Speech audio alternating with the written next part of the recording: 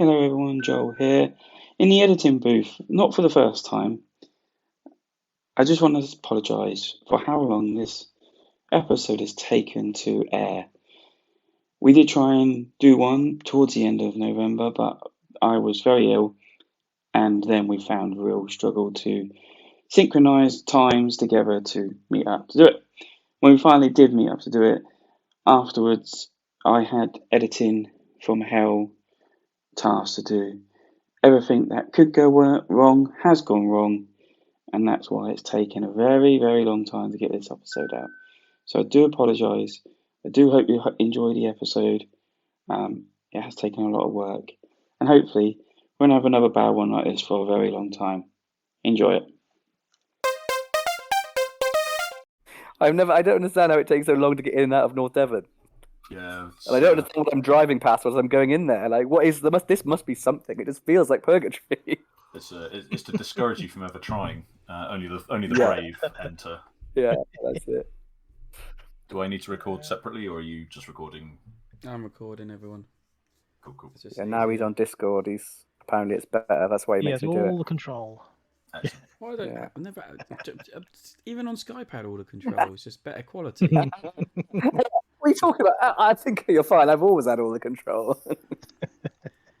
I'm looking forward to this weekend. That's going to be great fun, isn't it? What's this weekend? Oh, the one in... the one in the North Devon one. Yeah. Yeah. I thought you meant this weekend. I was like, what were you doing this weekend? No. The one... Oh, yeah, no, I mean this weekend. The weekend. The weekend. I'm really excited.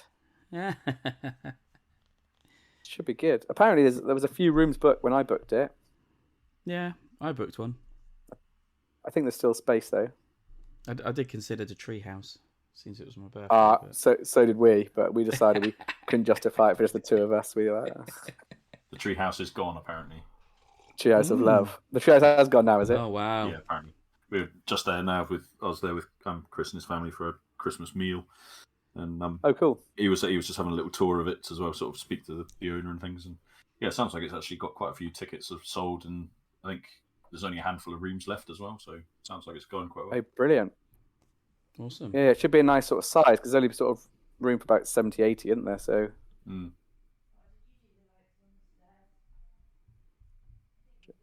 Really excited. You going, Sam? I'll probably go for one of the days, probably Saturday. I'll just go on the train. But not staying over. Yeah. I only live half an hour away. It seems excessive to spend that much money on staying overnight. So. Yeah. Well, I thought it seemed like really good value. Like, by the time it includes 2 meals.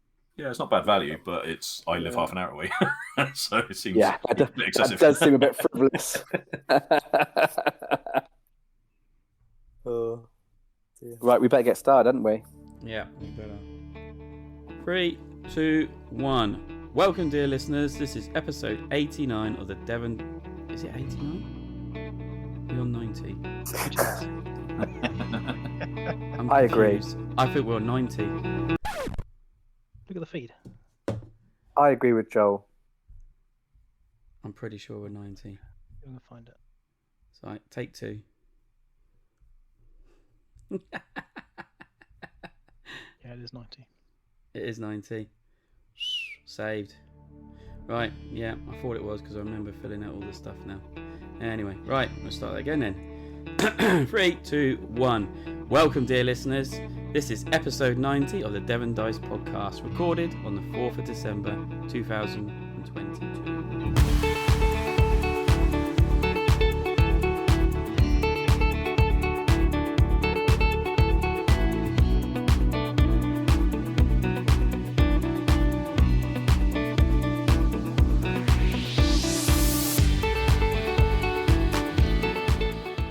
I'm your host, Joel Wright, and we are about to bring you now a regularly monthly podcast for you.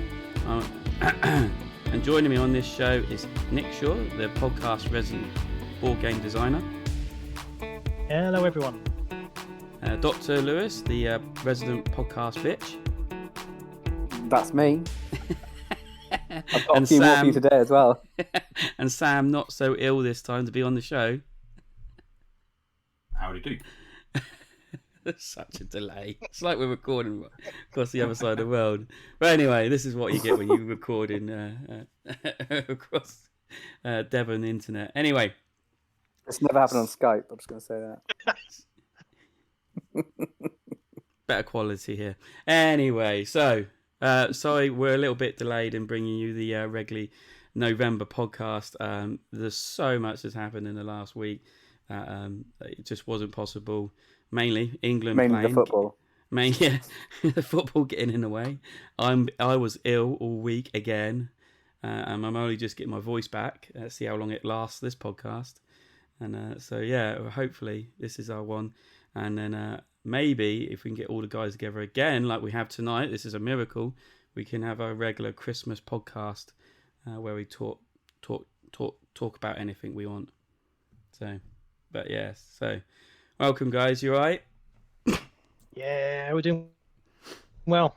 We're in the wonderful Devon cold December weather at the moment.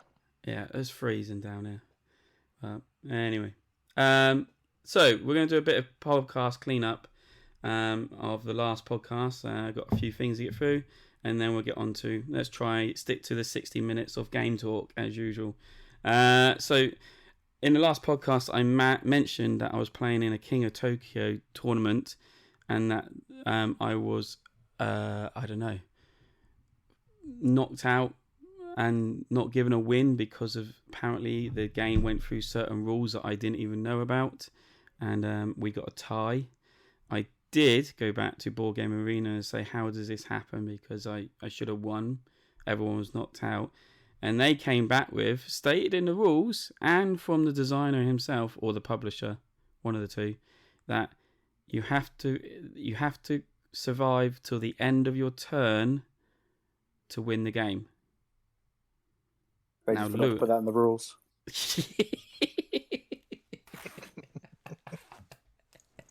It is in the rules, just not in in the a world of law. playthrough. In the world of law, you don't write it down in the rules. It doesn't happen. Well, this is it. You look in the rules and all the game, how to play, the game process and things like that does not state anywhere that you have to survive your turn to win the game. It actually states once you're the last person standing or you reach 20 points, you win the game. It quite literally says that, and I know where Lewis is furious about this. I'm furious, but there is a section on card clarification that states that you have to, if you get to 20 points, you have to wait until the end of your turn to survive, and that goes for knocking everyone out. So, hey ho. That doesn't say about knocking everyone out. It clearly only states if you get 20 points, you have to go to the end of your turn. Yeah, but there's not also another if bit. you have a knockout victory. Yeah, there's also another bit in there. I'm pretty sure I read saying the same thing, that you have to survive to the end of the time, even if you're last person standing, which is ridiculous. But hey, it doesn't matter, because as I read through the rules, the log on it, even if I knew about the token, because that was another thing, it doesn't tell you if someone puts a token on you, so you can't, unless you read the log before you make your move, you can't, you won't know about it. And he brought the token after his turn, which is after when I decided to stay in Tokyo or leave Tokyo, so I had no way of winning it really, if I stayed or left. But hey ho. And then I had another really bad game of it in my next game, where my big chunky fingers pressed the wrong button on my phone, and I resolved my dice when I should have re-rolled. I only needed two. Yeah, I only needed 2 points to win, and I had like one roll left, and I just needed to get like another 2 or another 3 dice. So yeah. So yeah, after that, I'd done all my moves on the computer. So I didn't make that mistake with a finger. But so yeah.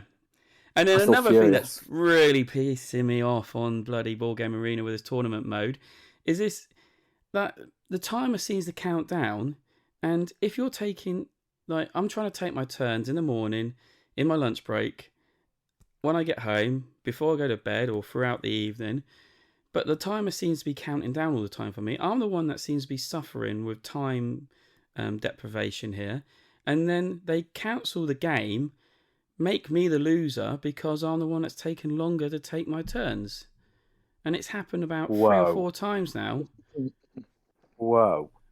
So As long as that's not cool.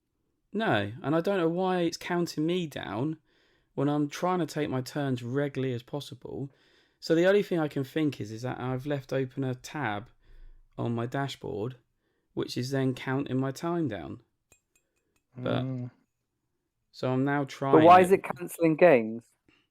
Because they have to start the next round of that game, and if you're still in the game, they'll cancel it. And I think in one of it, I was playing Agricola, whatever you want to say, and it was like the last turn. I had to place my last person, do the harvest or the feeding of people. It would have been over, and they cancelled it, and I lost. And I was just this is ridiculous. There's no warning. They're not allowing enough time, but for the games to be played then, because it's not only you that's delaying things, is it?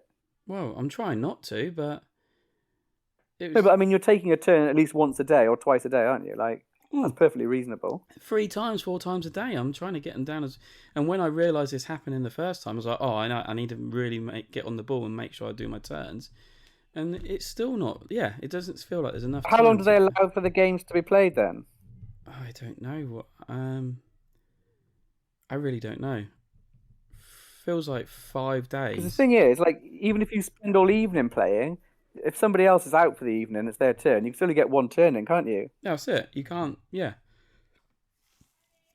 So. Is it the timer only counts down when everyone's waiting for you to take your turn? Well, that's what I can't work out whether because my if you take your turn and then everybody takes their turn within an hour, and then you're waiting until the evening, and then it's giving you 4 hours on your clock. Is that what it is? Is that what they? I don't know what's going on. It just seems to be. There's not much you can do about that if you have a job. Like this is it. What happened?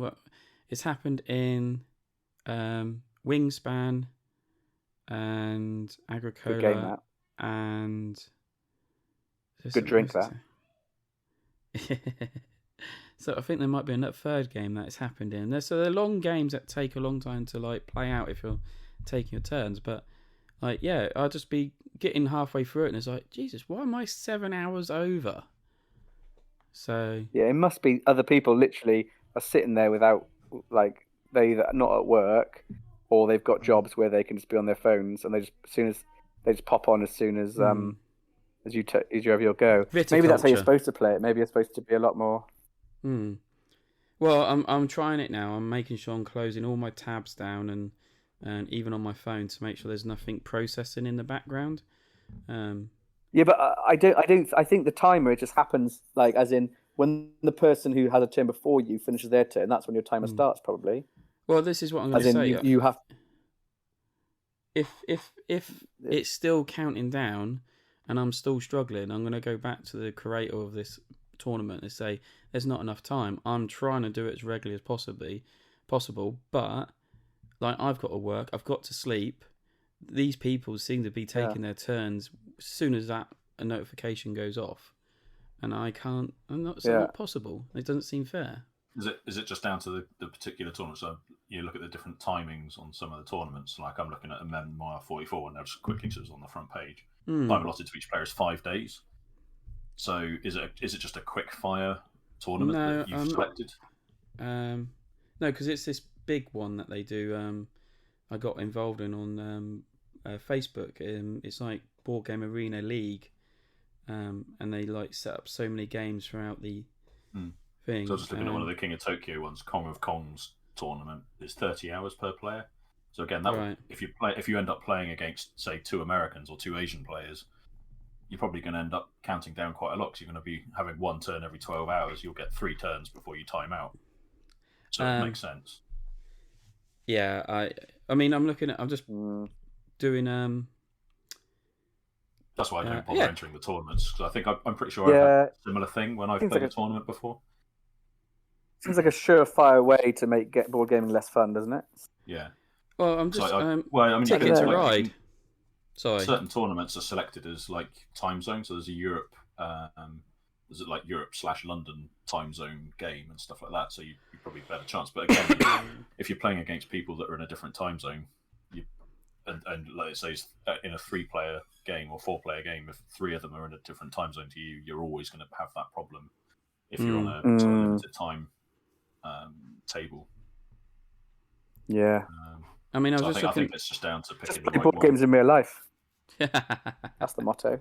No one will and play if you want with to play me. computer games, play computer games, because computer games are better. Who won't play with you, Joe? I'll play with you. Come to my house. We'll have a game. I've got a good group up on a Wednesday. We're looking for regular players. We could do with someone reliable like you. We've got a few flakes. I'll make a journey up towards you. I was just looking at. I've got Ticket to Ride is one of them. I'm already 17 hours over, but I'm not the only one in that game. One of them's 25 hours over. So. Yeah, but I presume that because it's. So I'm just looking at the different ones. I'd always play a turn-based one, but it would always be like something that gives you plenty of time, like it's 10 days or something in total, rather than it being like 24 hours or something crazy, you know. I think it's down to those different tournaments. You're probably right. It's worth sort of saying to whoever it is that organises it, if it's the BGA League one, that it needs an option for a longer time frame to allow for the cross time zone play. Yeah. Well, I'm going to see how this goes. As I said, I'm closing down my tabs now, and I'm going to see how it works out and whether it does not reduce my time, not having the tabs open. But we'll see. That's all I can do at the minute, because they might just come back and say, well, if you got tabs open, then it's going to think you're there, wasting time. So. Lewis is right though. It's kind of when a turn is played and your turn becomes active. That's when your counter starts, regardless if you've got a tab open or not. Yeah. I'm only guessing. Is that true? Is it? Yeah. That's exactly how it would work. So, that's where if you're allotted a total of say 12 hours, that suggests that you need to be playing the game in a day. Basically, it's like your game should be completed within 24 hours. But obviously that can't happen if two of the people that are at the table are taking their turns much later after in a different time zone. So. I tell you what, Joel, I can really recommend Hollow Knight. Hollow Knight. That's a very good game. Yeah. It's a computer game. I'm making a joke about board games for the table and computer games It's really, really good. I'm about halfway through. But anyway. Joke's gone. Yeah, never mind. Anyway, so moving on. So we did have a comment that was made on the YouTube channel. So our podcasts are automatically uploaded onto the YouTube channel. So you can listen to it via that. Do they count for our competition? This is it seems no one actually went into Discord, didn't we? I did say Discord, but since no one went into it, I just made the decision. We had a comment from actually our friend and probably only listener, Mark Gibbison. Don't forget your mum, Joel. No, she don't listen. I don't even she knows what a podcast is.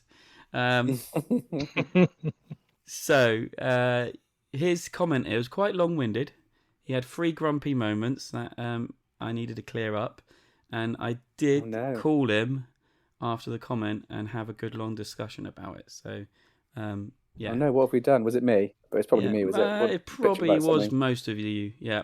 So he said, listened to most of this today.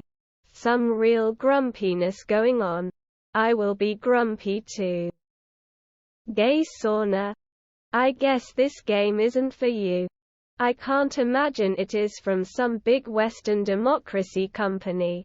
I am not sure what this says about other countries, as if a game like this could be made by them. A touch xenophobic maybe? It is actually made by a Brit living in the Netherlands trying to encourage an LGBTQ+ board gaming community. Hello listeners, here comes a podcast team statement. After speaking to Mark, he said he felt that some of our comments and opinions about the game came across a little homophobic towards the game itself, the community, and the designer, which I assured him wasn't the case and that I would address this in the next podcast. We did record a fairly lengthy section in response to the comments, but after close examination and a lot of editing, we came to the conclusion it wasn't properly representing our views. So we decided to scrap the part of the recording and do this statement in its place, hopefully to cover all areas and get our point across clearly. When we spoke about Gay Sauna the board game in the last podcast, we were wanting to highlight what looked like an unfair representation and stereotyping of the gay community in the theme. I would just like to say from the team and myself that our comments weren't in any way against the community at all, and we thought we were standing up for them. We felt that the game was being derogative about its theme and by extension the LGBTQ plus community. But Sam highlighted during the scrap recording that it shouldn't be our place to make these judgments for the community and that we should let the members of said community decide for themselves whether a game is suitable for or represents them.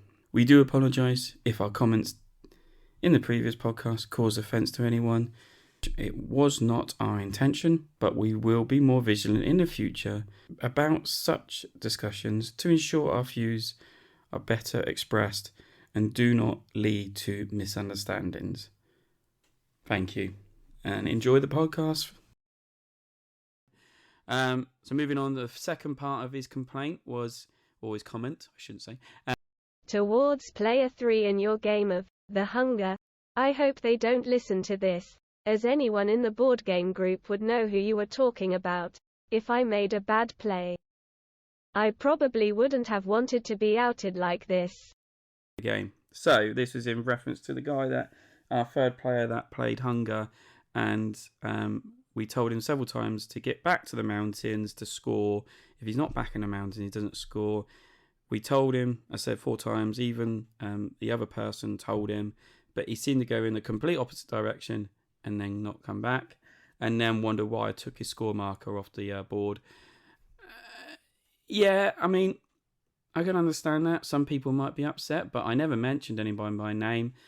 If people do realise who I'm talking about, then that's really clever of them. But, I mean, at the end of the day, it was a gaming experience that I had to talk about. I couldn't fathom why he didn't understand it. Maybe he's very new to gaming. I don't know. But at the end of the day, this guy actually played all the games with me that day, and we did as badly as each other did. So he was a good sport for being there and carrying on gaming and wasn't put off too badly. But I mean, it was a gaming experience that I needed to talk about, and I don't mention people by name if I don't know them personally. So that's how it goes, really.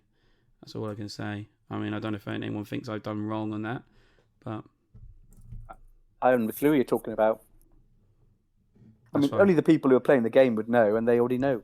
So yeah, but anyhow, maybe I'll think about it in the future of what I talk about. But moving along, is again at you, Lewis.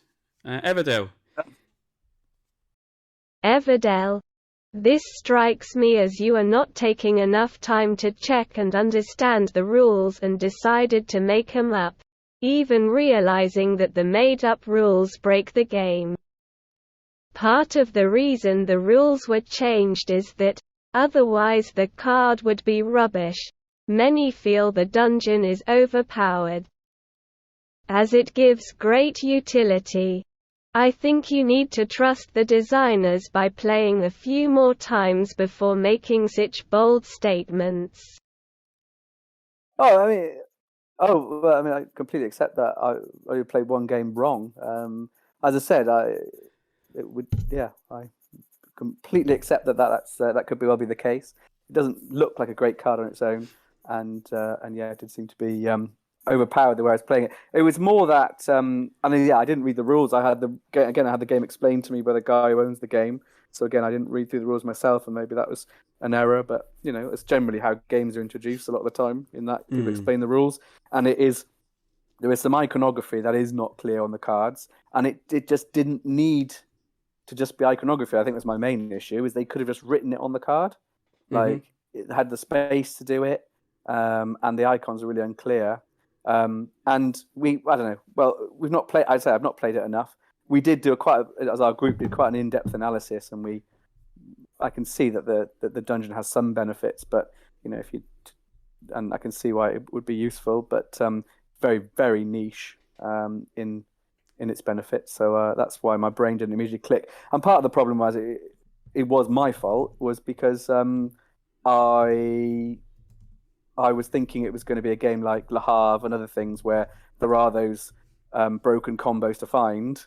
And I just imagined I'd accidentally stumbled across one, and I hadn't stopped to pause because I hadn't played Everdell before to know that actually it's probably slightly more balanced. So yeah, it's not a criticism. I don't think I said Everdell was bad. I think I didn't like the dungeon, but I don't think I disliked the game. I'm keen to play it again. We were going to play it again, and then it didn't happen. And I'm keen to play it properly. But yeah, it's nothing against the designers or the game. So yeah, fair point. Don't argue with that. Why is that not working? Sorry, I'm just trying to bring something up. It's not working. So yeah. So with Mark making the only real comments on the podcast, I did give him the puzzle, which was Starship Captain's puzzle, and I said even if you don't want it, give it to one of your members at the Cranbrook Gaming Club that he runs, that you feel that deserves it. So that's what he's gone and done. So yeah. I did thank him for his comment. We did have a long chat about it, and we discussed it. And I said, okay, I'll take all this into account, and in the future we'll be a bit more kind of wary of what we discuss. But I did say half of this podcast is ad-libbed.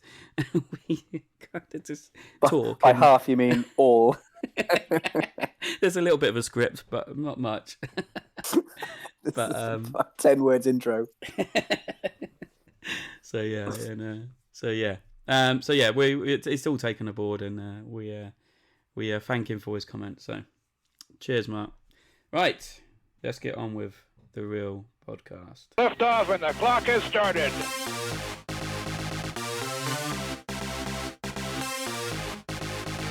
Let's go. So, 60 minutes of game talks, and we're starting now. So, straight in with the news.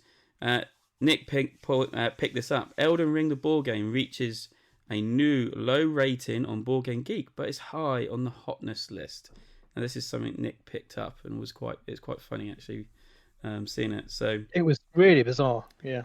It was. I think that it got to the top of the hotness as well. It did, because it's a popular video game IP. It's very, very popular. Absolutely trashing it in ratings, and enough people were trashing it in ratings that it got down to like 3.2 out of 10. The rating. It hasn't gone above 3.7 at the moment. It's been out there. But have these people actually played it? No one's played it. That's the whole thing. Like, who's rating it when they haven't even played it? Like, well, this is what happens on Board Game Geek, doesn't it? I mean, when Nick pointed it out, it was rated at 4.3 at the time, and now it's at 3.7. So it's gone down even more in the last couple of weeks. It's just people that go on there and like put one review. And they do filter the ratings as well, the outliers, the ones and tens. But currently, it's got 79 people rating it a 1 and 33 rating it a 10, and not really anyone else in between. So clearly, their rating is they don't like it. They don't like company, or they don't like the reason it's being done, or something. Yeah, I mean some people. It's got a strong IP, so it's likely to be a poor port, as most things with big IPs tend to be. I think a lot of them are moaning about the company, and it's like a. Who's making it? Steamforge. What else do they make? Their first one was on Dark Souls. Was it Dark Souls? Oh, yeah, they did do the Dark Souls. And they kind of ruined it. That'll fit Zero with it. Dawn and stuff like that. So they do Zero Dawn and things as well. Oh, yeah. So they're ones that do take video game IPs and try and turn them into board games. it does make me laugh because every time actually Kickstarters arrive, the next thing you know, people are trying to sell it on the Facebook group because they either realise it's not as good as they hoped it be, or they're hoping to make a killing on the sale again. But none of it. I mean, I'm into my video games, but none of this is like, it doesn't interest me to buy a video game in a board game form when I could actually play the video game. And the miniatures do look very nice, but I don't think there's much gameplay. That's what people are implying. Yeah, there's not really any gameplay behind it. It's just a vehicle to sell minis. One guy commented, "Oh, £400 for only a quarter of the video game seems a bit excessive," kind of thing. Which it is. It's a massive video game which could take hours to complete. I mean, days, and like to try and cram that into a board game, it just seems ridiculous. So, but it does seem slightly harsh on the designers that the people are taking it out on the publisher because they don't like the publisher. Yeah, I mean, the thing is, the IP is kind of irrelevant. Like, it could be an amazing game, it could be a shit game. It's got a theme pasted on it. You don't know until you play it. I mean, it's not unheard of. I've played a couple of games with themes pasted on them that turn out pretty well. Battlestar Galactica's got a pretty good game actually that it's pasted onto. But the themes put on it, it's actually less pasted. But just because it's got an IP doesn't mean it's bad. It's just a lot of games have been thrown together and then had the just to sell something with the IP. Yep. Yeah. So anyway, well, you see this all the time actually with a lot of games. You get the 1s and the 10s, supporters and haters coming in, and it really. And they should filter them out with the ratings, but I think enough people have voted it 1s and 10s that everything in between is now being used as the summary, as the average. I mean, but if the game's not released, mostly 2s and 3s. If the game's not released, they shouldn't be taking they shouldn't be allowing ratings at all. Definitely not. Unless it's by the approved people who played the prototype, which can only be approved by the publisher. But how do you do that? You can that's rig a lot more work. There's a lot more work for. Or just don't open it. Just don't allow ratings. But I suppose they want the ratings before it goes out. Yeah, definitely. So if there are good ratings, then it promotes it. Yeah. Weird. I don't think there's any right option or wrong option, is there? I think people have just got to stop being like goons about it. Like, you know nothing about the game yet. Like, you can't possibly rate it. No. It's like me moaning about Everdell, only playing it once. Yes. Nice callback. It's a fair comment. My City is now on Board Game Arena, which actually is the whole campaign mode, not just playing like a one-off board. So I've actually played the real thing in real life, and then this got released, and then I invited Nick and Sam into playing a game. So we're actually now like a quarter way through a campaign. What church? I want to say, what church? Where is it? I don't understand. They don't look like churches very much. No. Genuinely, I don't know what church. So are you struggling to see the colours on it, Sam? Yeah, they got a different shape. Yeah, the churches are kind of purple and they're different shapes. Yeah, they're different shapes too. One of them's square, isn't it? So it's still. Oh, I see. All the purple. And they have ones you have to put down are churches, right? Yes. Yeah. They've got little white discs with a book with a number on them. Yeah, I mean, that was not clear at all. Yeah. No, it is a bit brief on the rules. It doesn't go. I mean, I haven't read the full rules because it links to the full PDF rules, but I haven't read any of those. Yeah. So I think we're a bit, as they say, detracted. Detracted from the game because you're not getting the full game and you're not sat there with each other. Because some people call it it's an async game. Is game really. Because like the card will come out, it's like, no, it's not the piece I wanted to come out. Why does it keep giving me the pieces I don't want, kind of thing. So I enjoyed playing it in person. This one I'm kind of a bit detracted from because it's like playing it in turn mode, and you're kind of not getting the full rules on why you're doing something like this. But yeah, it seems all right. You don't get the excitement of opening the envelopes and stuff as well, do you? Well, this is it as well, yeah. But anyway, we're carrying on. It's a good implementation. It is. It's not bad. It works well. So Black Friday's been and gone. Did anyone get any bargains from it this year? I don't think I bought anything on Black Friday at all. Nah. Well, Lewis doesn't spend any money. Really enough. I bought a memory card for my Steam Deck. Kind of hoping That's for board useful. games here, but Oh right, yeah. no. No, then no. I did. Oh, but actually, I have. I bought my Exit Advent Calendar. Oh yeah. Oh yeah. I got that at a good discount. I got it for only about 16 quid, I think. It was down from like 30. And Is the Exit Advent Calendar you have to solve a puzzle to get into each window? correct, and to work out what the next window is. But you don't get any chocolate or anything with it. It's just open and No open chocolate. get- Don't need That's chocolate, the mate. point, eh? Yeah. No, it's Unlike- the best, Puzzles to get the honestly. chocolate. Dear. I It's get been- a jelly it's bean easy every day with so far. mine. It's been a bit easy so far, but I hope it picks up again. Last year was harder, I think. The magic of an But advent calendar is kind of over as a grown-up, though, for my money, because you think I can have a tiny little chocolate once a day, or I can just go to the cupboard where I've bought loads of chocolate and just scoff it all. When you've got disposable It's true. income, it ruins the whole magic.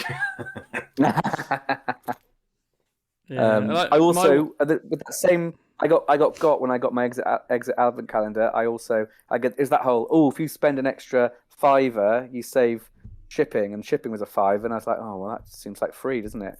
And then I basically ended up I bought 2. So my wife really likes jigsaw puzzles, which I can't stand, but I don't know if you guys have seen it, but there's been a release of sort of 4, I think 3 or 4 exit games now that have like jigsaw puzzles. Oh yes. You've got I've like seen solve. that, yeah. You've got to solve the 4 jigsaw puzzles, and then it's also all part of kind of doing an exit game. So I bought Yeah. 2 of those because they were half price as well. My dad loves jigsaw puzzles, so I'm going to give that to him for Christmas, and my wife loves jigsaw puzzles, in the hope that I can at least get vaguely interested, because I can't stand jigsaw puzzles, but I'm very interested in the exit escape room puzzles. That'd be interesting. Yeah, so I brought a couple of games. I've forgotten now. Brass Birmingham. I Was love that on game. I've got it. not a bad discount. It's cheapest I've ever seen it, like 40 quid. So That's pretty good. and oh my goodness, Furnace. Bought that. Yeah. Now that was cheap. You like that, didn't you? I did like that, so I've got that now. What's so. Furnace? It's basically like a engine building. Pure engine building, really, isn't it? Pure engine building. You're Very- bidding cards to buy, and like if you don't win the bid on the card, you get some resources, and if you do win the card, you put it into your tableau, and then you just start activating the cards. And you just run all your turn. cards. It's Yeah. great. You turn resources into other resources, or turn those resources into money, which is points at the end of the game. So yeah, it's really quite clever. It's a nice little game. So yeah, I picked those up. That was quite cheap. Sounds good. But yeah, they've got a lot of games coming through. Unsurprisingly, like this year, we always complain like Essen games come out and they never actually hit UK. They all seem to be hitting UK. So Meeples Corner seems to be delivering to my house quite regularly at the minute. At my top 7 games of my Essen list, I've got 5 of them so far. Well done. So yeah, I got Beer and Pretty Bread. good. Yeah. Mountains Out of Molehills was like I instantly got that like the week after we'd done the thing because it was already in the shop. Keep the Heroes Out was a Kickstarter which was delivered. Was that kind of build a dungeon thing? you Yeah, did? yeah. I think you talked about that. Yeah. Yeah, talking about regret backs. Talking about Kickstarter. The Wolves, I've got that through. Looking forward to playing that. And then Come Together, which was the festival game. That's We can learn the proper rules now. We could and play a full game maybe. So, That'd be great. Yeah. So out of those, the only other 2 that I haven't mentioned out of the top 7 was Woodcraft. And now I don't know if I want to get that now. I've got quite a few games I need to play. Or Axiom Protocol, which is actually on Kickstarter now. So we will come to that when we talk about And last of all, just trying to find stuff to talk about. Sam, your game, one of your games that was on your Essen list, 80 Days, is now in Meeples Corner. I don't know if you've seen it. I did. Yeah. Actually not bad price, 30 quid. It is German rules. But so I was talking to Chris about that a little bit, and it seems like it's one of those weird things, because thankfully we're in kind of in Europe, Europe adjacent, that all the publishers are now moving all their printing from China to Czech Republic and stuff. They're actually finding it's a lot cheaper and a damn sight quicker. So quite interesting that the game prices are actually kind of, for European origin games, are starting to come down. That is really interesting, yeah. Yeah. Because you're not having to deal with shipping, And as long as you're not 3, 4, 5 times the amount of shipping costs and stuff. So expensive, isn't it, at the moment, the shipping? Yeah. So it's like I was asking about Clank Catacombs, because I was hoping that was going to be around by now. Yeah. Oh yes. Lewis. No, Lewis, we got it in again. We got Clank in there. Got it in, Clank's in again. Ding, ding, ding, ding, ding. Drinking game. Everyone drink. Yeah. But yeah, so I was asking about that, and because obviously it's an American, effectively it's an American game, but it's coming from China, so it's got to make its way from China to America before it then gets shipped from America to here. And the other problem now is that if the ports in the UK are too busy, the ship that comes from America will go straight to Europe first, and that results in a 6-week delay, up to 6-week delay between European arrivals and UK arrivals for arrival of games. So I suspect from that I'm not expecting now Clank until the new year. So it sounds like might be right on that. Because Chris doesn't know whether it's one of these boats that's been redirected to Europe, to Stuttgart or whatever first. And I suspect it has been, because it hasn't appeared, and it was due for delivery in November. So yeah, it's all a bit weird. But yes, it sounds like if you're getting it from a European publisher, you're generally getting it printed in Europe as well now, which means games like 80 Days were probably printed in the Czech Republic or Poland or somewhere. So yeah, it's resulting in quicker delivery and a cheaper price, and probably a better quality as well. So yeah, interesting. Yeah. Well, if you don't need plastic, then exactly. No need, really. Yeah, the only reason you need is for plastic. Yeah. Talking of which, I mean, it's interesting you mention that. I just listened to the Dice Tower podcast, and they got the guy on who's running Dice Tower Essentials, which is, what is it? Rob Geislinger, I think it's. That's it. What's the company? I can't think now. Arcane Wonders. Arcane Wonders, that's it. He's running that now, and he was talking in depth about like the pains and how much it costs to make games and that. And he mentioned one thing, that they're making a game that's got 30 dice in it, and he says dice are really expensive. They're one of the big costs of putting a game, not even just a standard D6. They are. It's crazy to put in a game. You think dice would be 2 a penny, but and he actually said he's gone back to his design team. And he said to him, "Can we get this down to 24 dice?" Yeah, 24 dice. And if you do that, then we can sell the game at £45. And because if he doesn't get down, then it's going to be like over £50. And it's like £50. And he says, if I can get down to £45, that's a nice price kind of margin to sell a game at. It's like people. Yeah, for the size of the game, that's kind of what you need to aim for, isn't it? Otherwise, people won't want to pay it. So that's quite interesting to hear, like that side. It's amazing 6 dice makes that much of a difference to the price. It's crazy. It does. So yeah, interesting times, and yeah, it's interesting what Sam said about the moving it from China to Europe, and could be changed. So yeah, and if you wanted the game 80 Days, and it is German version only, but you can get English rules on Board Game Geek. So I did check that, and. They seem pretty. It's one of those I'd probably wait and see what the result, what it's like and stuff first. I'm less of an early adopter these days than I used to be. Yeah, blank, of course. I got the German version of Quacks of Quedlinburg, Die Quacksalber von Quedlinburg, which wasn't like, I didn't regret it at the time because there's a lot of iconography and you don't necessarily need the words, but you do for the cards. And I think kind of since I've been playing with the kids, I've noticed it a bit more, like it's kind of less obvious to them because it's kind of not in English. And I probably wish I'd waited for. Well, this one is there's no, it's all icons on the game, on the cards and the board, so it is just the rule book that is like German, and so you can quite easily just print out the English rules and play it from that. You don't have to wait. I know what you're saying about quacks and quacks. Like the fortune cards and even the ingredients cards was all in German. So unless you could like just read off the printout, it's pretty difficult that way. I was quite glad I got an English version in the end. Also, you then when you went for the expansion, like it wasn't quite the same. There were a few components that were slightly different, and then the expansion doesn't quite go with it as well. Yeah, but I mean, I don't want the expansion anyway. Get a proper English version. I've got the original German copy. I don't need an English version as well. Think of the environment, mate. Don't need 2 copies of every game. Yeah, you sell your German copy. Oh yeah, you don't do that either. You could put it on a wall and insulate your house with it if you wanted to. It would probably be decent. I don't think it'd do any good, mate. Like, not this house. Oh dear. Anyway, moving along. So Kickstarters. I did say a little bit embarrassed. I did say that I'm done with Kickstarters. I may have backed one Kickstarter, maybe 2, but I'm doing really well because I actually turned down a load of them. I did say, nah, I'm not doing that. Don't need that in my life. That's fine.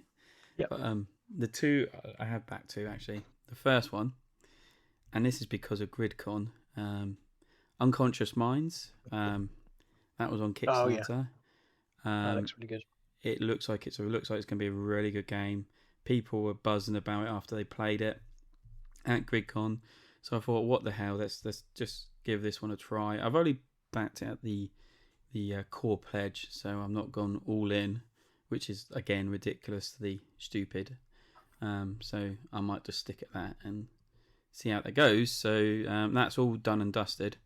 No point talking about that. The one thing that I am backing, putting money where my mouth is because it was on my Essen list, and that is Axiom Protocol. So this is the game where it's worker placement, but no one owns the workers. They are NCPs running around this cyberpunk city, doing their everyday live kind of routine, and then you take control of them via mind control, and you make them do stuff for your benefit as a corporate company. It looks actually pretty cool from what I've seen so far of it, and this could be a really interesting take on that kind of worker placement aspect of it. Yeah, I like using standees instead of minis. Yes, so definitely. It should be cheap as well. Yeah, and it's actually a reasonable price as well. €64, so it's about £54. And this is for the deluxe version of it as well, where you get plastic standees.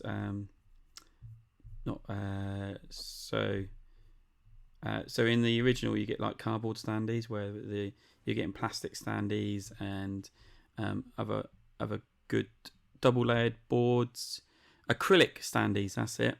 So oh, nice. Yeah. And shipping's only £350. That's good, isn't it?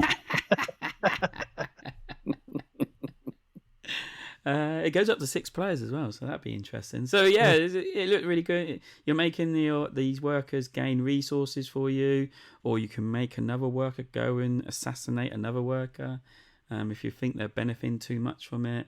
And you're just trying to make as much money as possible out of these low lives underneath you. So it's doing okay. It's not making windfalls like Simon would do or other big companies, but it's past its like a minis. That's the trouble. That's why it's not making... I don't think it needs mini. Past its funding goal. It's fine. Yeah, and it's still got plenty of time to go.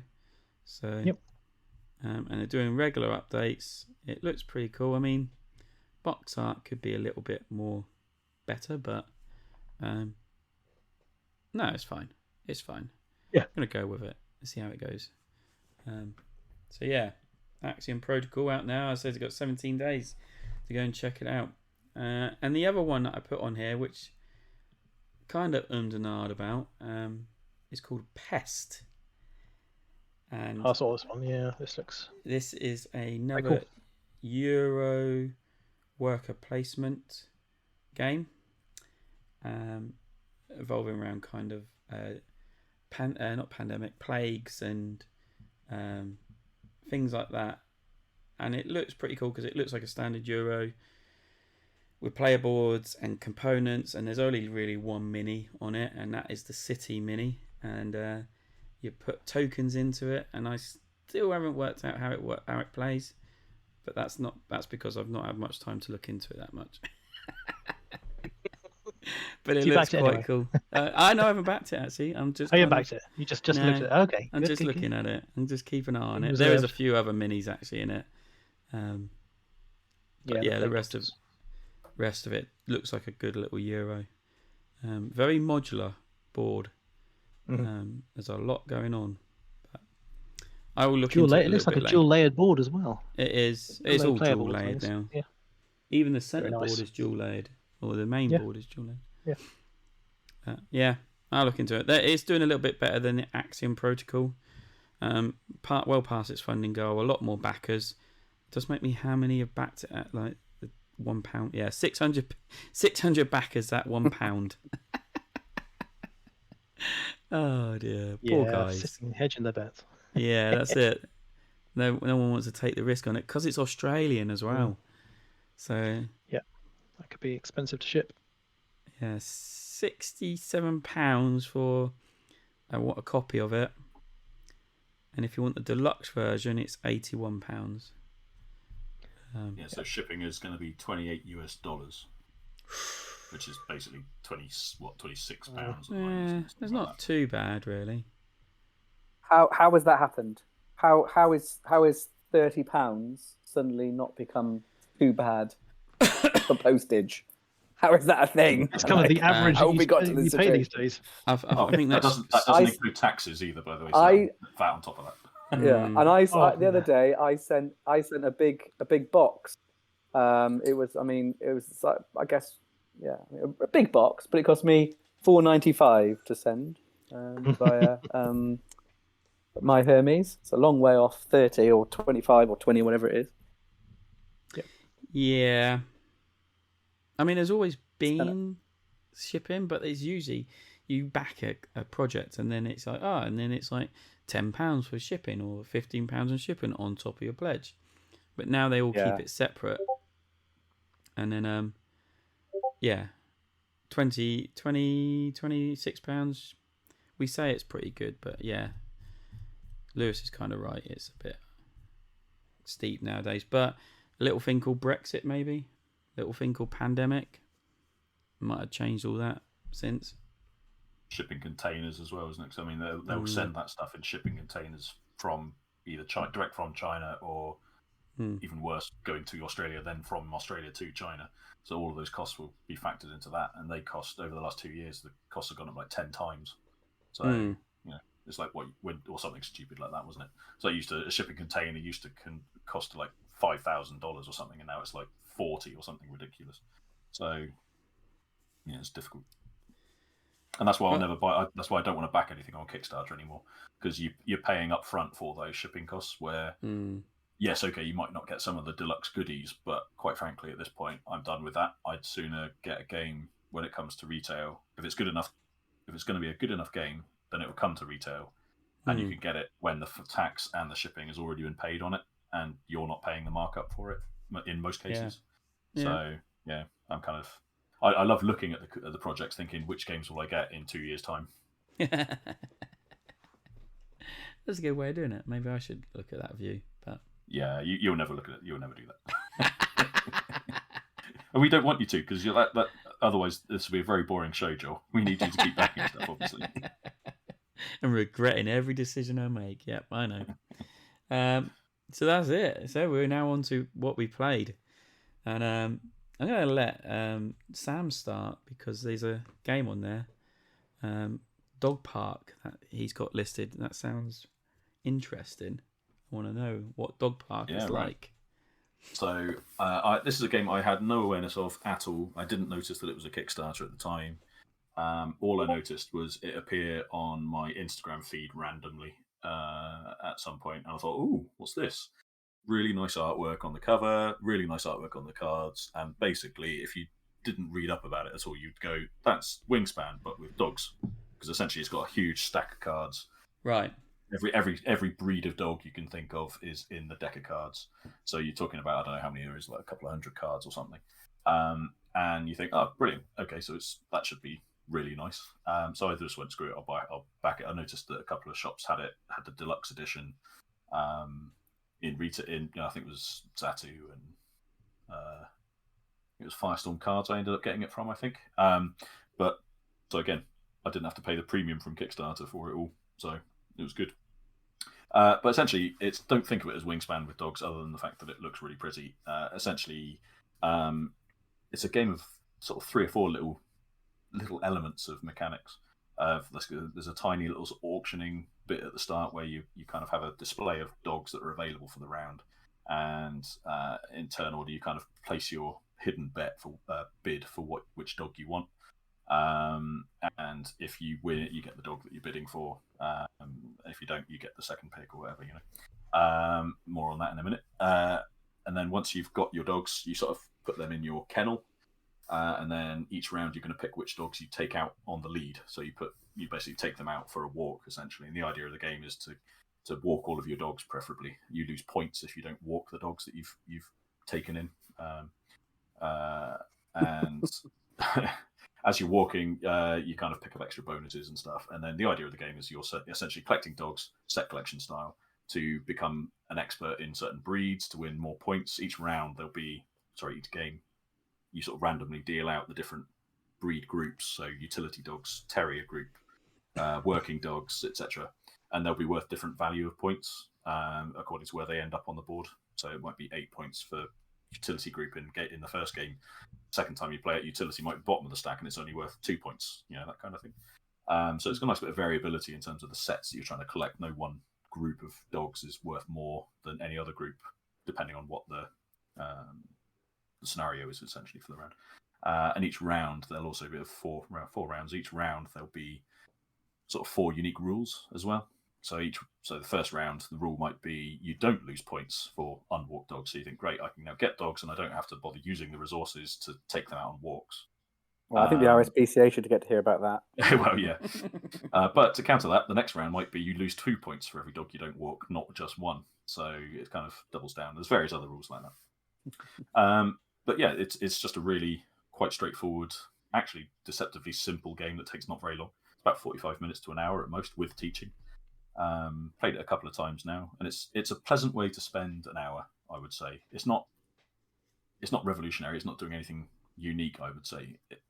But what it's doing is doing quite nicely, and it's just attractive to look at. And if you're a dog owner like me, or like Rachel, one of our regulars on Wednesday nights, you end up trying to just get the dogs that you like rather than the dogs that might be best suited.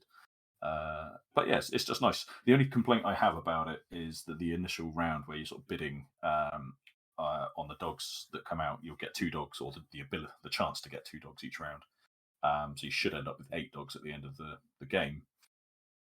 The bidding is a bit weird. So the idea is you put your player piece under the dog that you are interested in, and you bid sort of secretly for it with essentially you pay victory points. So you're going to bid a certain number of victory points to get the dog that you want. And the only real reason that you get the certain dogs is certain dogs have different powers that trigger at different times. So it might be an end game scoring power, or it might be during the walking phase, get extra resources, that kind of stuff. But for the most part, you want them for whether it's a utility dog or a working dog or whatever, mostly. And it's fine. You've got this little counter thing where you say 1, 2, 3, 4, 5 victory points to get this dog. But it's a bit rubbish because if I'm first player in a 3-player game, I put my worker down, my piece underneath a specific dog. Everyone knows, okay, they've gone there. There's 2 other dogs that have got no bids at all. I'll go for that one. And then the next player goes, well, why would I bother paying anything to go for any of these 2? I'll just go for that one. Because quite often you end up with, it doesn't really matter which dogs you're going for half the time. So we actually house ruled it the second time round. We played half the game properly, and then we tried to house rule it to see if we could make it a bit more interesting. Where rather than sort of placing your player piece underneath the dog you want, you just make a blind bid of whatever, and it's essentially like you're bidding for for turn order essentially during picking.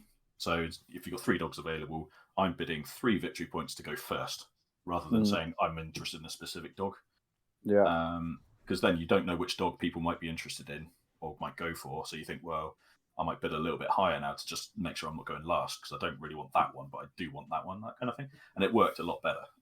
It's one of those weird, unless we've fundamentally misunderstood how the bidding is meant to work, which I don't think we have. It felt like a much more natural, gamey way to do it, where you are essentially blind bidding on something. You don't know which dogs people are interested in necessarily, other than the fact that one might be higher scoring at the end of the game or something. But it also or you want to sort of, or you want a double bluff, so you can go, because one of the other things is you always pay 1 victory point for a dog if you can afford to, which I also think is a bit bodge. I think you should be able to bid 0 and take the risk that you're gonna go last, but you're not gonna lose a victory point. So you could kind of go and try and bluff people into overbidding for stuff while you're paying 0. Admittedly, you're going last and getting the last dog, but if you don't care, it's no big deal. And I think that works a lot better personally. So next time we play it, I'm going to try it that way from the start and see how it impacts. Or is the way to you can blind bid the number, but is the way to kind of blindly choose which dog you're bidding on, and then no one knows who's bidding for what? Essentially, that's what we're doing. So that's the bit that was the problem, where it's not blind. People know straight away which dog you're interested in because you've put your marker under a specific dog. So you know that person is interested in that dog. So why would I bother bidding 2 or 3 unless I really, really want that dog? Yeah. I'm probably not going to. And you can also pretty much guarantee that whoever's put their player piece there is going for 1, because just a single point. Why bother spending any more? Oh, I can get that one. Oh, I'll get the other one then. It's fine. So that's the bit that was a bit weird. So we just sort of do simultaneous bid, and you don't know. Basically, you're bidding to go first in the draft, essentially, rather than it being for a specific dog. And that worked a lot better, I thought. But no, auction each dog in turn. No, you can't do that, because then potentially each person could, one person can't have more than 1 dog in each draft. So it is a draft as opposed to an auction where you could end up with 2 dogs in a draft. In the auction, you only have 1 dog. But that is another way to do it. So instead of having 3 dogs, you have 6 dogs, and then you do auction it that way. So you could potentially get 2. Because what would normally happen is you do have 3, then you bid on them, get them, then you put out another 3, and you bid and collect those as well. Maybe you could put all 6 out and then auction it that way, and you pick 2 dogs instantly, boom, boom. Rather it's always disappointing. It's always disappointing when you have to sort of house rule games, and I know some people don't mind it, but to my mind, it's like, well, I thought I've paid an expert to make a game for me. Like I could make up my own game. I could go and get some dice out of the cupboard, and I can make up my own game if I wanted to, but I've paid for somebody else to come up with a decent game. If you need to house rule a game straight out of the cupboard, it's out of the box. It's just a bit disappointing, I always find. It is, but I think in this case it was just a tiny bit, and you can see why it was done the way they did it. I just don't think it's as fun, because it ends up being it just anesthetizes the auction, because it makes it pointless, because everyone pays 1 point and they get a dog that hasn't got a marker under it. I'll put my marker there. Great, that's the one I'm probably going to get, unless someone wants to be a real dick.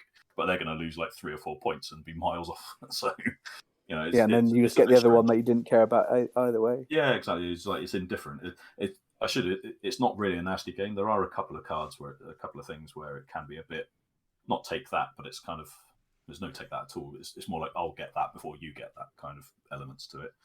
But that is literally it. Otherwise, it's quite a nice thing. The only other bit that's a little bit like that, during the walking phase, you're kind of taking turns moving your dog walker marker along these spaces where you can pick up extra rewards like a stick or a ball or treats and stuff, or victory points or whatever. But it's like a timer. It's like at any point one player can say, right, we're stopping walking now, and go to the end track where there's in a 4-player game, or there's up to 4 spaces, but whoever leaves the park last loses a victory point for being the last out. And there's bonuses for going earlier. So it'll be like 2 victory points for going first, I think, and then second would be a victory point, or using the swap action, which is a particular thing where you can swap a card from the display with one in your kennel that hasn't been, that's been walked already. That sort of stuff. So, but whoever goes last, it's like brinkmanship of, do I go for the extra stuff that I can get, or do I go now and force the end of the walking phase? And so it's quite a nice little judgment to sort of go, I'm just going to go now and bag that and not lose a victory point at the end. Because the other thing is, as soon as you're the only person left in the walking phase, you can't just go hoover up all the bits and pieces that have been left behind. You have to leave. You have to leave the park. So there's no kind of one more chance to get some stuff. If you're the last out, that's it. You're done. So that's the only bit of kind of it's not nasty at all. It's just, oh no, I'm losing a point because I was last out. I was too greedy and stayed in too long.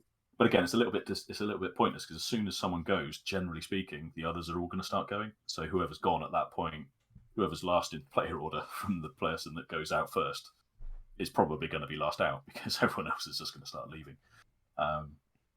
But it's such a short game that doesn't really matter. And in terms of the point swings, you're losing a point here or a point there, but you're gaining lots of points depending on the dogs you've got and that sort of stuff. So it doesn't really matter too much. But it is a very pleasant way to spend. If you like dogs, it's a no-brainer. It's just a really nice game to play with lots of dog bits. And I should say the production is really good. Not only is the art really nice, but it's got the proper like game trays, things shaped like bones. So it's got tokens in these little bone-shaped containers, and it all fits together very nicely in the box. It's very good, yeah.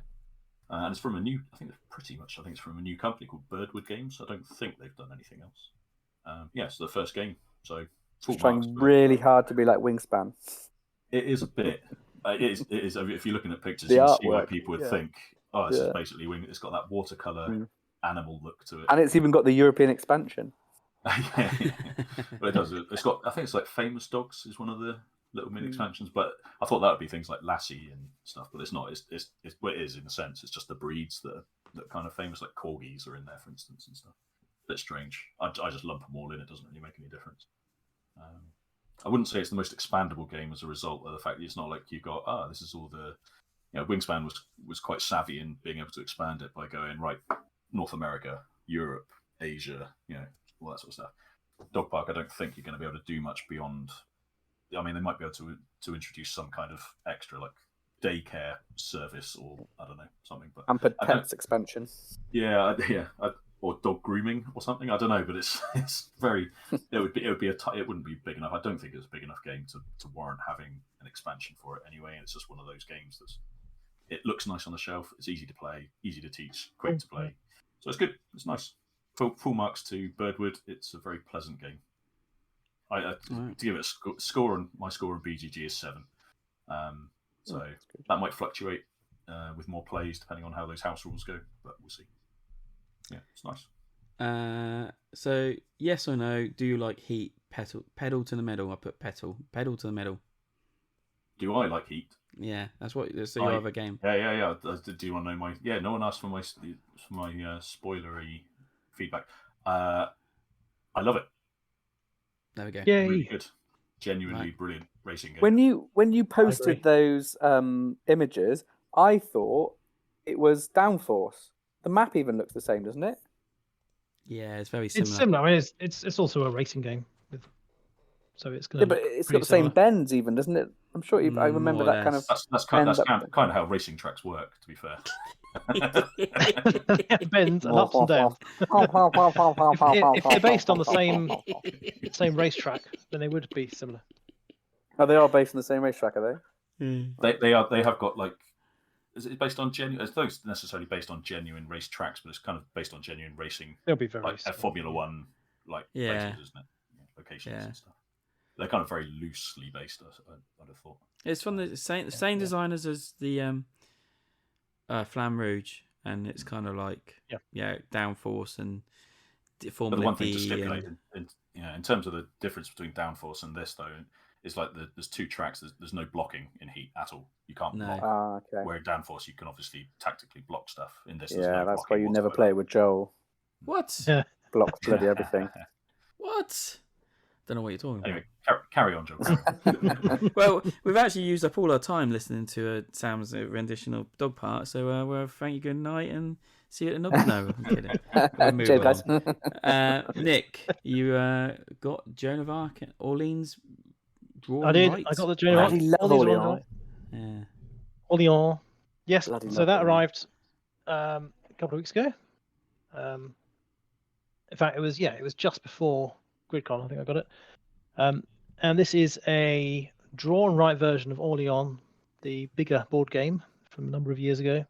This is by the same designers, and it is it's like a roll and write, but you don't do any. There's no dice rolling. You're drawing tokens from a bag. So in the original Orleans, you were doing bag building and putting worker tokens in your bag and drawing them out.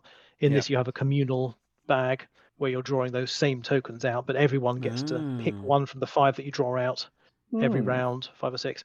And then in turn, you're taking one of those and then doing actions. And you have a kind of a player board, which is in the box, it's just, you just drawn with pencil. So you're crossing out certain things, and very roll and write style. You've got tracks that you're trying to work up, but it's very, very thematically similar to Orleans. It's got a map which you can work on. You've got goods that you can collect. You collect coins. You have to go up to development tracks. You've got a beneficial deeds section which triggers. And in true roll and write fashion, when you get to the end of certain tracks, they trigger other bonuses, which can then trigger other bonuses, which can trigger other bonuses, and you get these little chaining reactions going on. And the scoring is very similar to Orleans, where you're trying to get a certain number of development points and then multiply that by the number of buildings and things you built. And it was very enjoyable. I've played it solo and at 5 players. 5 player was pretty good. It does rocket along. It's probably an hour it took with 5 players as a first game. You also have they call them place cards, but they're like the buildings in the base game that you can buy these cards that give you abilities, ongoing abilities for yourself. Okay. The solo game is nice and simple. It's a deck of cards driven, choosing which token that the Joan of Arc. You're playing against Joan of Arc, and Joan of Arc is the solo AI bot. And you just flip the next card in her deck, and she says what token she wants in a certain priority, and then what that action does for her. And the solo mode is basically on the back of all the player sheets. So the front of the player sheet is for multiplayer, and the back of the player sheet is for solo, and you have the whole bottom section of your player sheet is where you track her points effectively. So you don't need a separate map or anything. It's all done on that same board. Very nice production, and it works very nicely. And it is like playing Orleans, but in about half the time. So it's very cool. Okay, that's cool. Enjoyed it a lot. Awesome. Orleans still one of those games that I played once in about 2015, I think. Chris brought it over to my when house it came out. and I loved it. I thought, this is really good. And a couple of friends have bought copies, and I've never been at the pub when they've played it. And I really would like to play it again, but I've not played it again since that first time. And I'm sure I like it. I'm sure. I love Orleans. So, yeah, Orleans I really like Orleans. One of my favourite games, and its predecessor, or no, what's this one? It's follow-on. Altiplano. Altiplano is brilliant as well. Yeah. I remember that being one of those games that was kind of like, it was like following up. It was like the difficult second album, wasn't it? For the designers. Did it really well though? Yeah, but It I did think it felt like one of those games where because it wasn't Orleans, it had a lot to live up to. Yeah, it was slightly. It took a while to kind of grab the traction, because it felt like everyone went, "Oh, I'm not sure about it," and then, but after a time, it sort of built up that reputation, hasn't it? So I also think the expansion filled a lot of the gaps that I had issues. The Orleans expansions, not the Orleans, the Altiplano. Oh, the Altiplano expansion. Yeah, right, yeah. Because Orleans had 2 or 3 expansions as well. Yeah. Oh no, which also added a lot more into the game. I could play Orleans just plain. It's fine. It was just Altiplano. You kind of came away as like, there's something missing. I couldn't really do this, and then the expansion came out. It's like, there you it kind is. of needed it, right? Yeah. I liked vanilla Altiplano.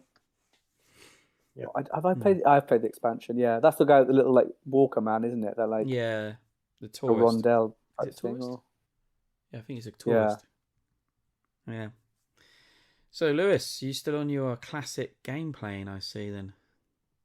Yeah. I'm still working my way through some of the back catalogue, staying away from all you modern people. One of the things that are again, I think I've talked about it before, but it's just why I keep buying more and more new games when me and my mates have got games that we haven't played or have only played once or twice. Like, it's just So one of the things we decided we'd like to do was to bust out the Blood Rage, Rising Sun, and Ankh trilogy, and so we're sort of 2/3 the way through that. Rising Sun, Rising Sun I hadn't played before, but Blood Rage, I think we've played and talked about before. Yeah, it's played the my game. copy. Yeah. Yeah, I've played your copy a few times. It's the game I love to hate. I like. It's got everything I despise in games, like stupid hidden cards and stupid rule breaking and all that kind of nonsense. But it hit. I still love it, and I still love it after playing again. But it hit a new low that I just thought I'd want to highlight because it was unbelievable. So I guess people who know the game will see where this is going. But basically, there's you've got the currency in the game is rage, and you use that to buy stuff, normally new models on the board or upgrades or something. And it's an area control game. And the thing about it is there's lots of things you can do that cost you no rage on your turn. However, if you get yourself down to 0 rage, spend all your rage, then you can't do those even free actions. So I was playing, and I hadn't played for a while. The people who know the game will already know where it is going, and I hadn't really thought about it. And I wasn't wanting to get involved in any fights. I was just sort of putting some models out in some spaces that people weren't. And then I got down to, I think I'd put out a couple of boats, and then I got down to 1 rage. And I was just thinking, okay, I need to put a mission down, I need to do other bits. But I hadn't, you don't start with a huge amount of rage. And I just kind of put the models out first. I didn't need to. I could have done it in any order, but I just wasn't particularly thinking this event may happen. And then what happened is one of the other guys put down another model in a space that had one of my models. And I was like, that's fine. Yeah, fine. And then he did an attack.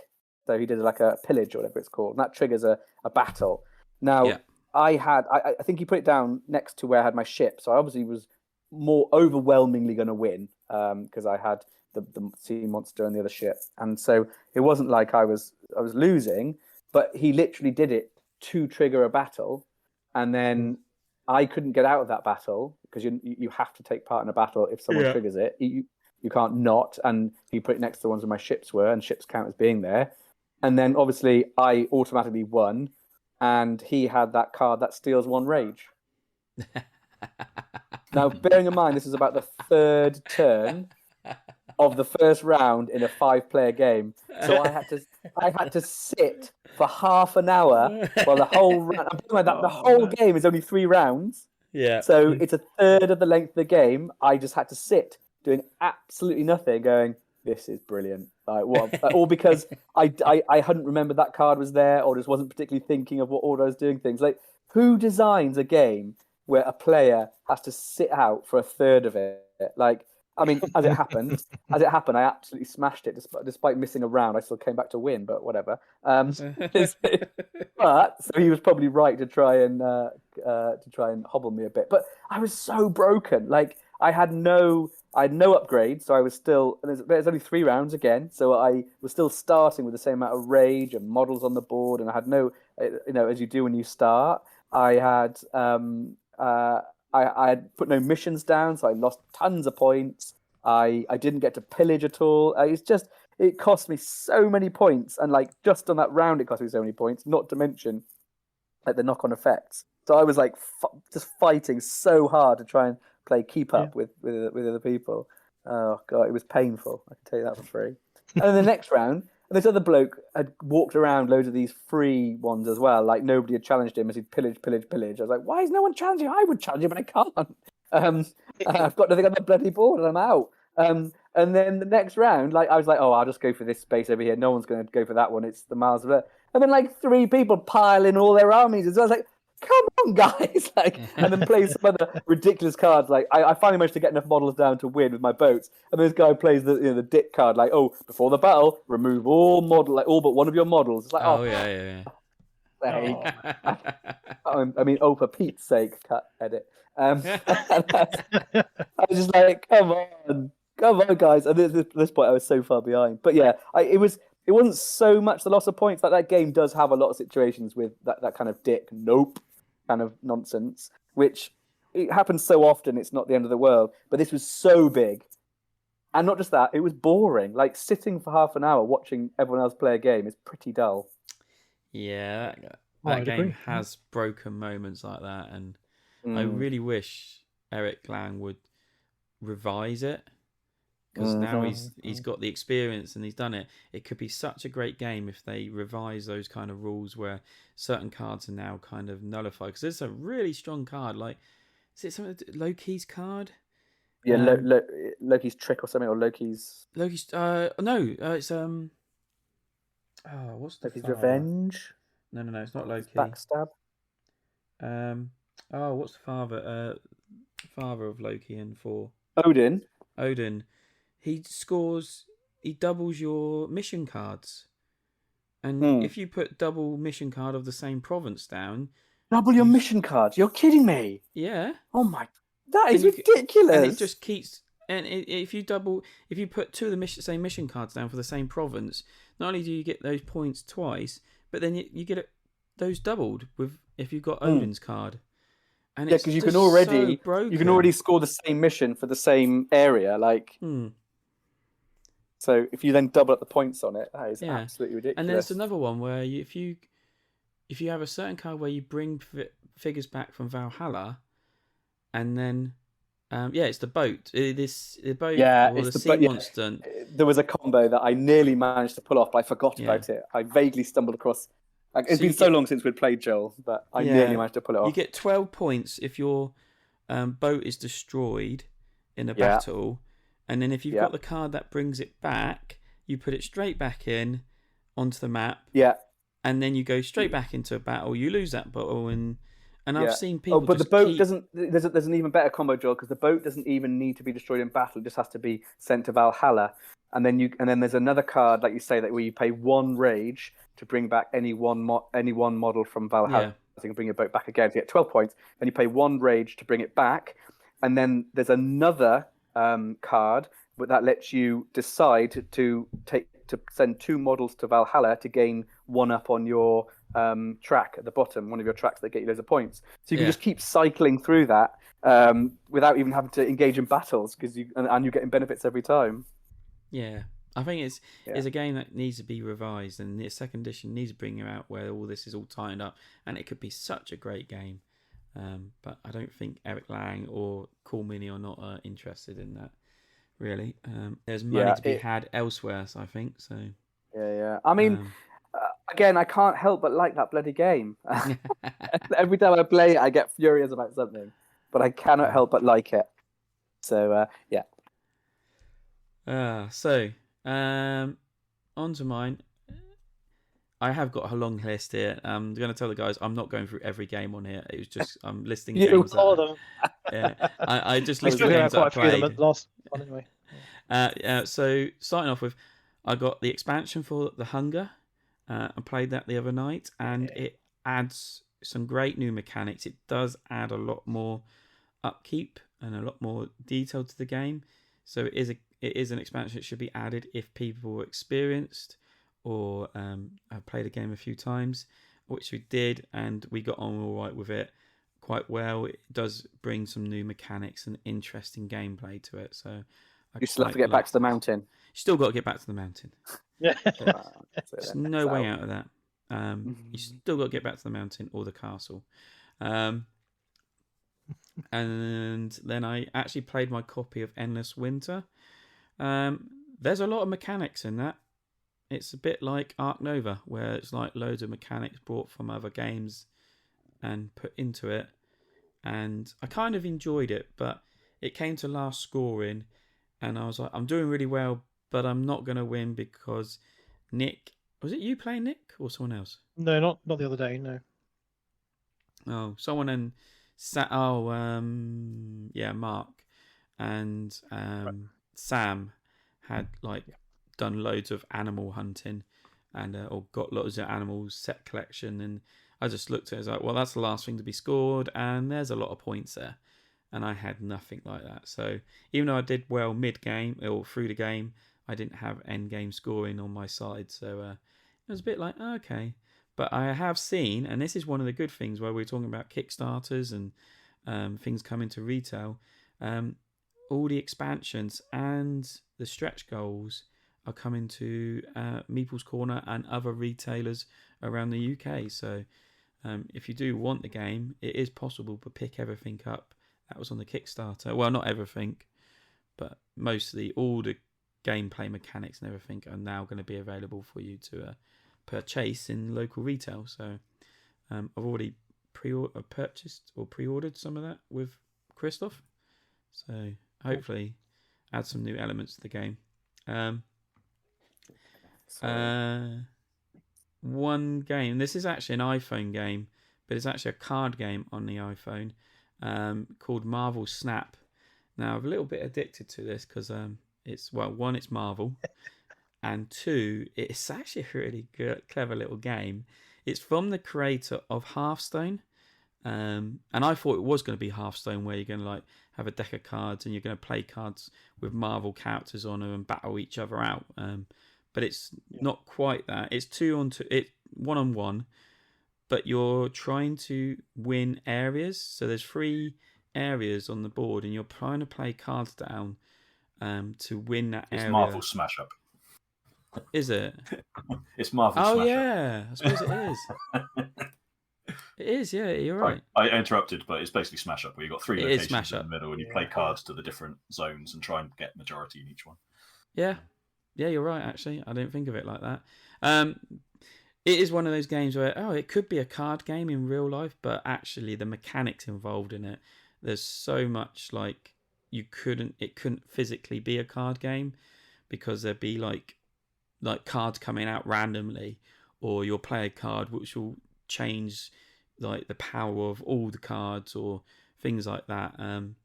But it's actually quite simple. The only downside to it is if you want to really get into it, you're going to have to pay for like the battle pass to get the best out of it, to get all the extra goodies and things like that. So, and that seems like a monthly thing at the minute, and I'm like, I'll do it this month and then I'll see what it's like next month. But it's a good way of like burning out a couple of minutes or 10 minutes in your day if you're waiting for something. And it's all Marvel. Actually, you look at the powers that come on the cards, it's like, actually, yeah, that relates to like Thor, or that relates to Captain America, or things like that. So you can see how it works. And yeah, I really enjoyed how that plays out on the phone. It is free, so you could just play it for free if you wanted to. But yeah, you'll get more out of it if you pay for the battle pass and things like that. And there's also there's also like a collection, like catch 'em all kind of in it, where you have to unlock loot boxes to try and get cards.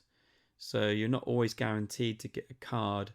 And there's one card I've only seen once, and it's in the list, but it's not come up for me, and I've unlocked hundreds of boxes so far, and it's really annoying me that I've not got this one card yet, because it's my favourite character. But hey ho, maybe if I keep playing it, it'll finally unlock. Oh, and the other great thing is you keep boosting up your cards. It doesn't change the power or the cost of it. It basically just changes it from like a standard card to frame breaking, to shiny logo, to animated and things like that. So the card just gets better in its visual representation, which the more you put into it, the more you can then unlock this another ladder of unlocking more boxes. So there's a lot going on in the game for like something that's like five minutes of fun. But I do enjoy it as its concept. But so yeah, cool. That's it. I think that's actually 60 minutes. As I look at my time, you actually missed my most important game. What's that? Oh, Battle of the Breweries. Is that actually a game, or you just like? No, it is indeed a game. So go on then. I was at the Nottingham Beer Festival. Right. And there was a guy with a stall there, and he's done a Kickstarter, a successful Kickstarter, and it's a collectible card game. Well, he doesn't quite know what it is, so you can buy sort of the base set game, and essentially it's quite interesting because it's got lots of breweries in it, and beers, and people from breweries and things like that, and all the cards. And the interesting thing is that they're all real breweries and real beers. So you are quite literally collecting kind of cards of real beers from real breweries from around the world. You know, the UK, New Zealand, America, all around the world, Australia, it's well, if I say it is a game that was designed by a chef who hasn't played a lot of collectible card games or even many board games. You will, of course, understand where we're going with this. Mm-hmm. Yeah. The problem is it's something Nick's that old beer. Yeah, I mean, the problem is it's a theme that I love. It's breweries that I love. It's beers that I know from around the world. That a lot of time I've been to some of these breweries in New Zealand and America and places, and and the UK, and so I really want to love it. The problem is, I mean, this is how the game is played. This is literally what the rules say. There's a deck of action cards. Draw the card and just do what it says on the card. Mm-hmm. So one of the things you've got to do is collect different beers, and then at the end of the game, the person who matches their own brewery is the best. And there's a kind of, each brewery has got a mascot. Now, mascots get you the most points. If you can match your mascot for your brewery, you'll get the most points. I went through an entire game and I didn't once get the action card that let me change my mascot. So I literally had no way of possibly getting the access to the highest points. And not just that, there are about 12 cards in the deck. All of your opponents have got one of the cards as well. So you've got about a 1 in 15 plus chance of stumbling across this card by blind luck. If you happen to have drawn the action card that lets you swap your thing, it's just Having said that, Doesn't sound good.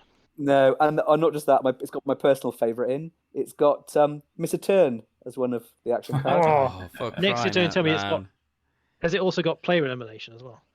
It doesn't have player elimination. There's one thing for it then. Yeah. It sounds like the kind of game, Monopoly.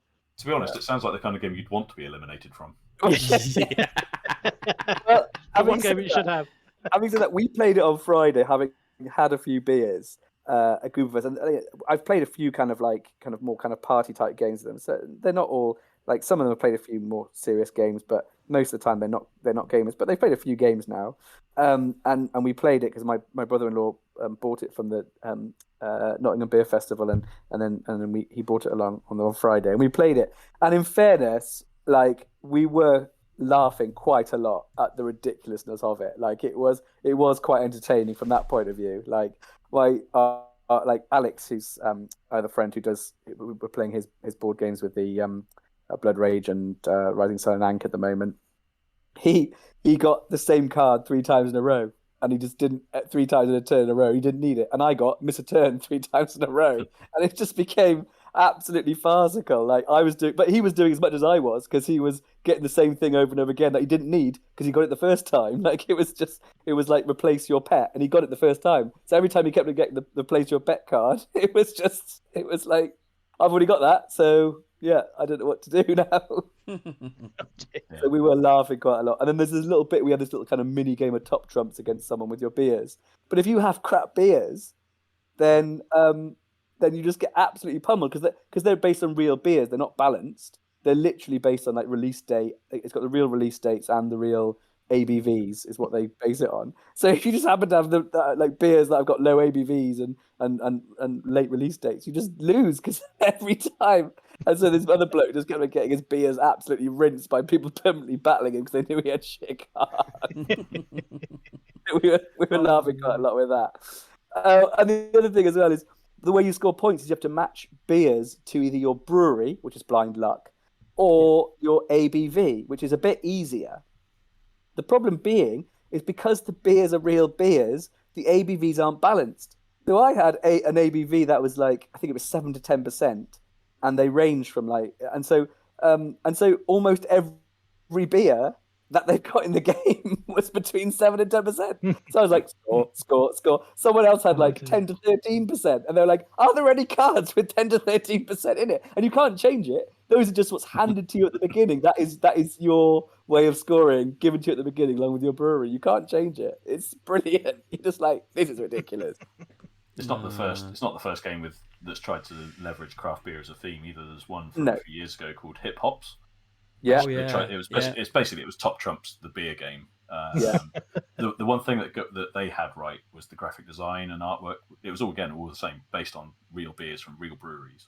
And I think they had it in mind that you'd buy booster packs with different breweries or different seasons and that sort of stuff, which kind of works. And I've kept my deck purely because actually it looks quite nice. The cards are actually quite well designed. Yeah. And you think, well, one day you might kind of get one of those frames and sort of mount them and make a nice picture out of it or something. So was that with real beer as well? Yeah, real beer. Yeah. Obviously, this was from 2015, so it doesn't predate craft, but it predates craft being a big thing in this country. So it's got a lot of BrewDog and that sort of stuff is like the big thing because BrewDog was the big thing in craft at the time. Whereas this has obviously got the benefit of being a little bit later. But have you had a look at the artwork? Oh yeah, I was going to say it's diabolical. It's absolutely terrible. Yeah, there's so much text on it. You can't. I mean, it's just bonkers, and it's it's too much. It's the sort of thing that just needed to. Again, it's because you said the designer isn't really a designer at all. He just kind of came up with an idea and ran with it. And fair play to him for doing it. But I think if he had one person that, let's say Nick, for instance, could run it past an actual designer that has some idea about how to make a functioning game. You could have easily paired it back to something that was actually quite functional. It was like a very simple rule, for instance. Instead of drawing one card, you should always have one card in your hand, draw a card, pick one of the two to play. That's it. That's something exactly it. That is a rule but that is a rule last night. So all of the cards, well, if you reach the hand limit, you always have to discard one before you draw the next one. Yeah. So if you have got a turn, get rid of it or something, maybe. But there's probably simple ways in the card manipulation to say, well, we can get rid of one of these problems by doing this, one of these problems by doing that. You'd think, but the sounds like there's too much stuff going on. I'm far from an expert. He could have run it past me before he printed them, and I could have told him what. He could it's pretty blindly obvious where he's gone wrong. But anyway, I mean, but if you do want to laugh, it is a laugh. I'll give you that. But we were wetting ourselves laughing, but it was for more the wrong reasons. It sounds like a little bit. Very much so. Yeah. But which is a shame. But I don't know what to say. I mean, what do you want out of a game? Everyone was still laughing. Everyone was entertained. That's nice to look at it. Yeah. I think the other things like some of the artwork. I'm just looking at one of the artwork. That's horrendous. It's like I like the ones where it's like the brewery, so it's just got like the brewery text and stuff. That's fine. Yeah. Some of the beer ones are okay. I think it doesn't make enough of the beer. The graphic design is pretty poor for the can art and stuff. Correct. But too much wording basically. Yeah. But the thing I don't like is like the mascots and stuff. Yes. It's just so cartoony. Like the head brewer is just like hippie looking. What? Yeah. I mean, what the hell? So bad. Who's your head brewer? Oh, it's just mad. It's worse in real life. Oh, the best thing about it is each of those scoring cards has got a different head brewer, right? So you get a head brewer card, you get a different head brewer, and you think, oh, unbalanced, everything. No, not even that. Just, it gives you a bit of flavor text. It does absolutely nothing. Right. It's like, what? Didn't even add ultimate player powers for replayability, even though they printed the cards. It's like, oh, come on. Not that I like that mechanic, but, if you're going as far as giving everyone a card with a different head brewer on, you should at least do something. Everyone goes, so what does my brewer do? It's like, oh, no, it doesn't do anything. Yeah. Yeah. But yeah, so Joel, it's also the fact that it kind of piss takes, like the one I'm looking at is some hippie dude called Traveling Tarquin. Tarquin has spent the last 8 years traveling the world using his parents' money, of course. He has, however, stumbled across some secret Mayan brewing methods, giving him some very unique abilities that would be sure to raise some eyebrows. That's it. It's just this weird hippie guy that's got a dirty looking brewing vessel. Yeah. So what is his brewing abilities? Nothing. But it's also taking the absolute mickey out of a rich boy. Well, fair enough. Taking the mickey probably your main customers. Yeah, I think so. It's just a weird tonally. It's strange. The artwork's strange. But yeah. Yeah. It's a fun one to lampoon a little bit, but it is a little bit, and again, like you don't want to, you don't want to kind of poo on someone's parade, but it was. Yeah, I mean, the other thing to bear in mind, I guess, is that it's not really. This isn't a game designed for game players. Really, they're marketing it as a novelty beer item, aren't they? Really. So yeah. I'm pretty sure.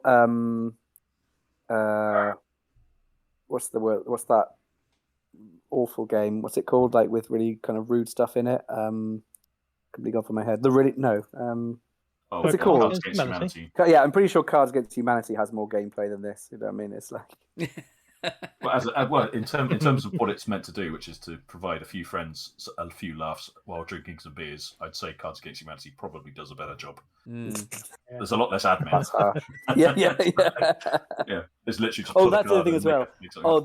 The admin to play is ridiculous because you have to make sure all the cards from each brewery's there, and you change the number you put in depending on how many players you've got, and you have to, and then there's loads of different breweries, and it's just like it takes like 20 minutes to set up. It's just, it's basically Thunderstone, the beer game. Yeah, sounds like it. Yeah. Interesting. Oh well. You nearly missed that, Joel. Yeah, I nearly missed that. I don't know what I would have done if I'd not actually heard about that great game. But hey. Anyway, I've got a church. Just playing our My City round. So yeah, let's wrap this up. I've just seen Nick's put a little post on here about a load of roll and writes or flip and writes or whatever you want to call them. So they're print and plays. They're not all roll and write. Well, yeah, print and play, roll and writes.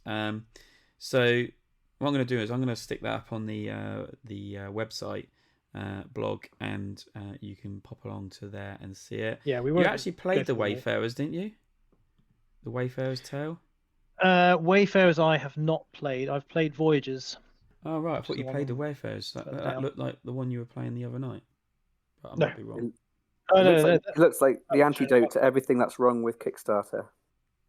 Yeah, it is. Yeah, this was my point. Is that there are so many that I found in the recent months of print and play only Kickstarters, where there is no other pledge level. It is just print and play. There's no physical product being delivered. And they come in usually around about $5, €5, £5, and that's kind of the only pledge that you can get. Yeah. So very cheap entry point. They have a very low funding rate because the only expenses they have are artwork and graphic design, and their time, obviously. And it's just been the last few months I've just seen more and more and more of these appear, and there are companies that are just doing this now. So Postmark Games, which do some of them, which started off with Voyagers. That is their entire business proposition. Is it's just print to play games. Friend of the show, Rory, good shout out. Yeah, indeed. One of the other ones is another company called No Boxed Games. So yeah, they seem to be spinning up these companies to do just these things because of all the issues with shipping and production, all those kind of costs. And I'm wondering if it is a new trend that's coming up, like the micro game trend that appeared a number of years back. Is it now a trend of print to play only Kickstarters coming up, where you just back for $5 and then you get the files and make it yourself? But it's a good way to make a few quid, and I suspect the profit margin is a lot better than it would be on a big box attempt. Yeah, because you've got no outlays, you don't have to do any warehousing. No risk. There's no risk. Yeah, zero risk almost, isn't it? Yes, well? unless Dropbox fee jumps 10 times. 10,000 people try to access it, and they're doing pretty well. These ones, they're getting 2,000 or 3,000 backers on some of them. So it's and if you work in a environment where you can print this out for free, then it's even more quids in for you. Shout out to local government people. Get on those laser jets. Yeah, right. So yeah, I'll put this on the website, devondice.co.uk, if people can remember where to go for that, and you can see his list and his exclamation on there. So it'd be good to get something other than the podcast going up there. Seems I pay for it every year, but anyway. So yeah, where's my outro? I've lost my line. Where are we? Right. So thank you for listening, everyone. If you'd like to make a comment or suggestion of how we can improve, then please contact us via any means possible on the social media, Discord. Please join the Discord. I mean, we do have some conversations on there, and you're all missing out. And if Lewis ever remembers how to get on there, he can join in too. I commented on the last one. What you did about. Actually, you did. I was absolutely impressed of how. It took me forever to log into that. So yeah, Discord channel link in the description. You got email, Twitter, Facebook, all the social media sites. It's all active. It's funny enough, but so you can send us comments there, and all the links in there. Thank you guys for giving up your time and doing this, and I'd like to say goodnight. Say goodnight, everyone. Good night, everyone. Good night, everyone. Good night, everyone. Bye.